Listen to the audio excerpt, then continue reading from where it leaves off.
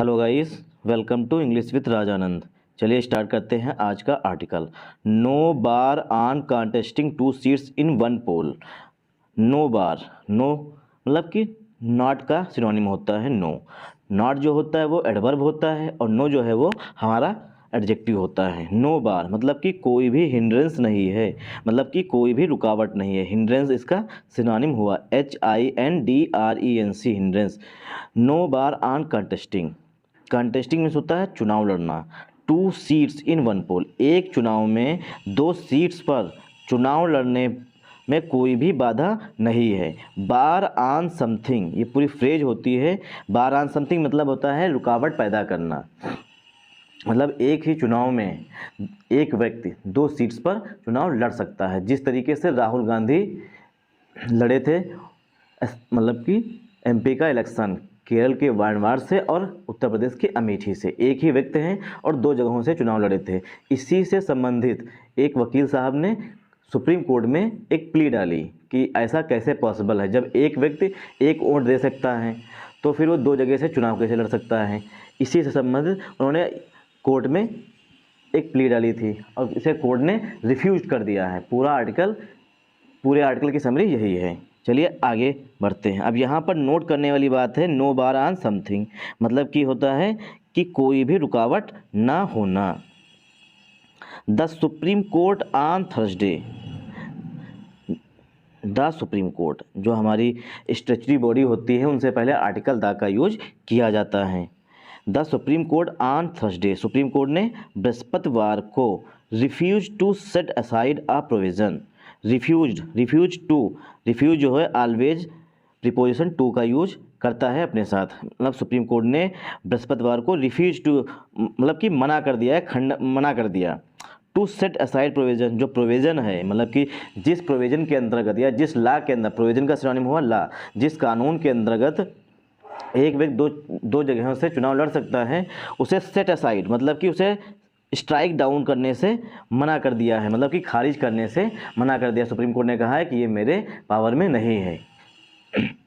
In the election law, जो election law में जो प्रोविज़न है जिसके अंतर्गत कोई भी व्यक्ति एक ही व्यक्ति दो जगहों से चुनाव लड़ सकता है, इस प्रोविज़न को खारिज करने से सुप्रीम कोर्ट ने क्या किया है, मना कर दिया है। तो यहाँ पे नोट डाउन करने वाली बात है कि डेज से पहले हमेशा प्रीपोजिशन ऑन का यूज किया जाता है। On Sunday, on Monday, on Tuesday, इस तरीके से। और आर्टिकल द, सुप्रीम कोर्ट जब होता है तो आर्टिकल द का यूज किया जाता है।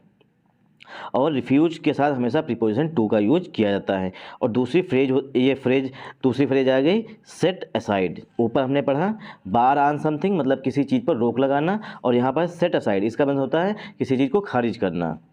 मतलब कि प्रोविज़न जो लॉ है उसे खारिज करने से सुप्रीम कोर्ट ने मना कर दिया है। इन द इलेक्शन लॉ, जो कि इलेक्शन लॉ के अंतर्गत आते हैं। दैट अलाउस, जो कि अनुमति देते हैं। अलाउ मीन्स होता है परमिट करना। ऐसे लॉ, इलेक्शन लॉ जो हैं जो कि परमिट करते हैं, मतलब कि अलाउ करते हैं कैंडिडेट्स की हैं टू कॉन्टेस्ट पोल, चुनाव लड़ने के लिए एलिजिबल करते हैं या अनुमति देते हैं। कॉन्टेस्ट पोल में चुनाव लड़ना, कॉन्टेस्ट मीन्स होता है चुनाव लड़ना। जब वर्ब होता है तब होता है चुनाव लड़ना, और कॉन्टेस्ट अगर नाउन है तो होता है चुनाव सिर्फ। कैंडिडेट्स को ये मतलब कि अलाउ करते हैं चुनाव लड़ने से। From two constituencies simultaneously, from two constituency मतलब दो क्षेत्रों से एक ही समय पर। साइमल्टेनियसली मीन्स होता है एक ही समय पर, मतलब एक ही टाइम पर एक ही चुनाव में दो जगहों से चुनाव लड़ने के लिए ऐसा कानून जो है वो उन्हें अलाउ करता है, मतलब परमिट देता है। अलाउ का सिनोनिम हमारा हुआ परमिट मीन्स होता है अनुमति देना। This is a policy matter, जो ये सब है ये सब पॉलिसी का मामला है। This is a policy matter and an issue concerning political democracy. जो सुप्रीम कोर्ट कह रहा है कि यह एक पॉलिसी मैटर है, ये जो नियम बने हुए हैं उसी से संबंधित है। और जो ये इशू है कंसर्निंग, जो संबंधित है पॉलिटिकल डेमोक्रेसी, राजनीतिक स्वतंत्रता से संबंधित है। लोकतंत्र से मतलब राजनीति की जो राजनीतिक लोकतंत्र है उससे संबंधित है। कंसर्न मीन्स होता है संबंधित होना। जो ये मुद्दा है कि एक व्यक्ति दो जगहों से कैसे लड़ सकता है, किससे संबंधित है, पॉलिटिकल डेमोक्रेसी संबंधित है। और ये पॉलिसी मैटर किसका है, लॉ का, मतलब इसमें जो इलेक्टोरल लॉ होते हैं उसी से संबंधित है। This is a policy matter है एंड इशू है जो कि पॉलिटिकल डेमोक्रेसी संबंधित। It is for the parliament.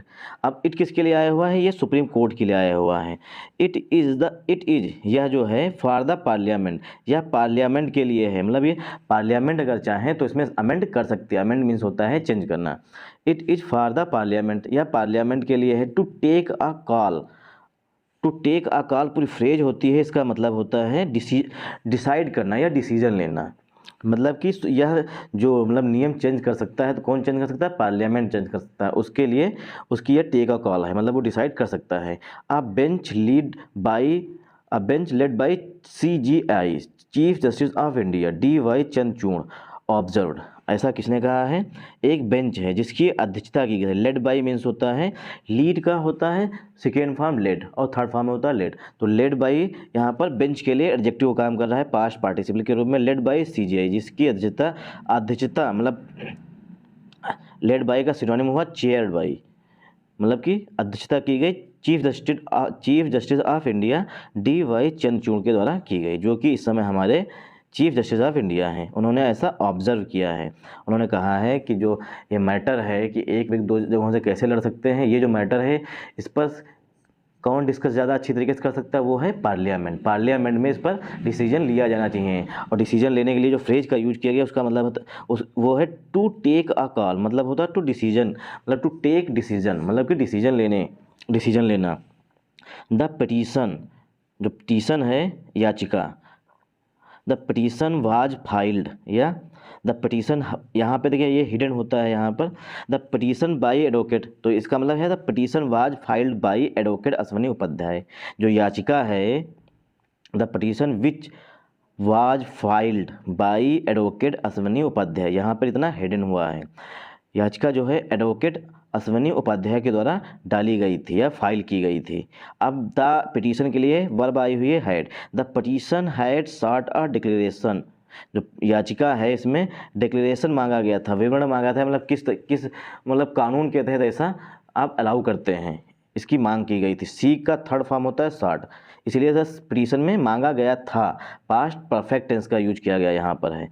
That की डिक्लेरेशन किसका है, दैट की सेक्शन 33 ब्रैकेट 7 ऑफ द, जो मतलब सेक्शन है 33 उसके sub section 7 of the representation, जो मतलब कि जिसके अंतर्गत लोग चुनाव लड़ते हैं, सेक्शन 33 सब सेक्शन 7 के तहत जो representation of the people act is invalid, जो कि जो सेक्शन 33 है representation of the public act people act के लिए, जो जिसके अंतर्गत लोग जो चुनाव लड़ते हैं उसका क्या है, वायोलेशन है, या मतलब इसे इनवैलिड घोषित करता है। मतलब इनवैलिड मीन्स होता है अवैध घोषित करता है, जो ये अलाउ किया जाता है इसे, इस सेक्शन 33 को अवैध घोषित करता है। लाइक वन पर्सन, लाइक यहाँ पर प्रीपोजिशन की तरह यूज किया गया। लाइक वन पर्सन मतलब एक व्यक्ति, वन वोट, एक व्यक्ति एक ही वोट दे सकता है, वन कैंडिडेट और एक ही व्यक्ति हो सकता है, और वन मतलब कहने का सेंस ये है कि यहाँ पर जो ऑथर है उसने कहा, मतलब जो न्यूज़पेपर लिखना चाह रहा है कि एक व्यक्ति अगर एक वोट दे सकता है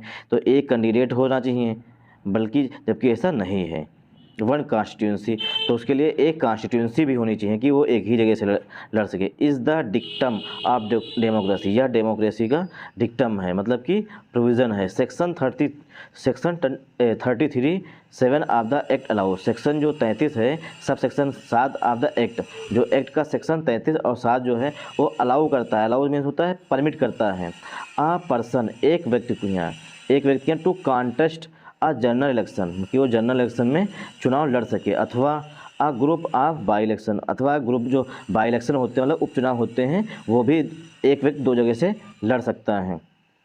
ऐसा कौन अनुमति देता है, सेक्शन 33 जो है वो हमें अलाउ करता है, हमें परमिट देता है कि एक व्यक्ति दो जगह से बाई इलेक्शन मतलब उपचुनाव हो या कोई भी इलेक्शन हो उसमें लड़ सकता है। To constitute the petitioner said, petitioner कौन, जो याचिका करता है, उन्होंने ऐसा कहा है। हाउ एवर, अब जो ऊपर बात कही गई है उसी का विरोध करेगी, इसे कहते हैं एडवर्सेटिव कंजक्शन। हाउ एवर यद्यप द कोर्ट चूज, कोर्ट ने चुना है। चूज जो होती है CHOOSE, चूज में होता है चुनना वर्ब की फर्स्ट फॉर्म। अगर सेकेंड फॉर्म लिखा गया है मतलब ये पास्ट टेंस में लिखा गया है। द कोर्ट चूज, कोर्ट ने चुना है टू लीव द इशू, मतलब जो मुद्दा है ये इसे छोड़ देना। लीव द इशू मतलब मुद्दे को छोड़ दिया है, to the wisdom of parliament, parliament पर छोड़ दिया है। मतलब कि यद्यप जो है कोर्ट ने क्या किया है कि ये जो मुद्दा है इसे पार्लियामेंट की बुद्धिमत्ता पर छोड़ दिया है। मतलब कि पार्लियामेंट क्या सोचती है इसके बारे में, इस पर डिसीजन लेने का अधिकार जो है वो सिर्फ पार्लियामेंट को है। ऐसा कोर्ट ने सोच करके इसे छोड़ दिया है कि अब इस पर पार्लियामेंट ही डिसाइड करें कि ये सही है या ये गलत है। This is a matter of legislative policy. Court ने कहा है यह जो मामला है वो लेजिस्लेटिव पॉलिसी का है, जहाँ पर कानून बनाए जाते हैं वहीं का है। सिंस अल्टीमेटली, शुरुआत से ही, सिंस, क्योंकि, सिंस यहाँ पर कंजंक्शन का यूज किया गया है। इसका सिंस मतलब कंजंक्शन की तरह यूज हुआ है। सिंस क्योंकि ultimately it is parliaments will, ultimately मतलब फाइनली, अल्टीमेटली का सिनोनिम होता है finally. It is parliaments will, यह पार्लियामेंट की इच्छा की बात है। विल यहाँ पर हमारा नाउन की तरह यूज किया गया है, यह पार्लियामेंट की इच्छा पर है। टू सी, देखने को। If a country can be granted, क्या एक कंट्री जो है, एक देश जो है, can be granted such a choice, क्या इस प्रकार की मतलब एक देश में स्वतंत्रता होनी चाहिए। ग्रांट करता है मतलब परमिट करता है। ग्रांट के सिनोनिम हुए अलाउ, परमिट, ये एक दूसरे के सिनोनिम होते हैं। ग्रांट भी अनुमति देना, परमिट में भी अनुमति देना, और अलाउ में भी परमिट मतलब कि अनुमति देना। क्या ऐसा एक देश में है मतलब किया जा सकता है कि एक ही व्यक्ति को इस तरीके की चॉइस मिलनी चाहिए। हैंस इसलिए absent any manifest arbitration in the said provision, absent इसीलिए जो है सुप्रीम कोर्ट वो इसमें दखलंदाजी, आर्बिट्रेरनेस मीन्स होता है दखलंदाजी करने से मना कर दिया है। इन द सेड प्रोविज़न, जिसमें प्रोविज़न, जो प्रोविज़न इस समय है, we can not strike down, strike down means होता है खारिज करना, हम इसे खारिज नहीं कर सकते हैं। जो इसमें प्रोविज़न है हम इसको रूल आउट नहीं कर सकते हैं, या एब्रोगेट नहीं कर सकते हैं, रिवोक नहीं कर सकते हैं, खारिज नहीं कर सकते। The top court means supreme court noted, ऐसा सुप्रीम कोर्ट ने कहा है। Thanks for watching this video. Please like, share and subscribe my channel. कृपया कमेंट करके ज़रूर बताइए कि आपको कैसा लगा, क्या कमी है, मतलब इसमें हम और क्या सुधार करें, हम कॉन्टेक्स्ट चेंज करें या एडिटोरियल पढ़ाएं, जो भी आप लोगों की पसंद होगी हम वो करेंगे। कृपया कमेंट करके हमें ज़रूर बताएं।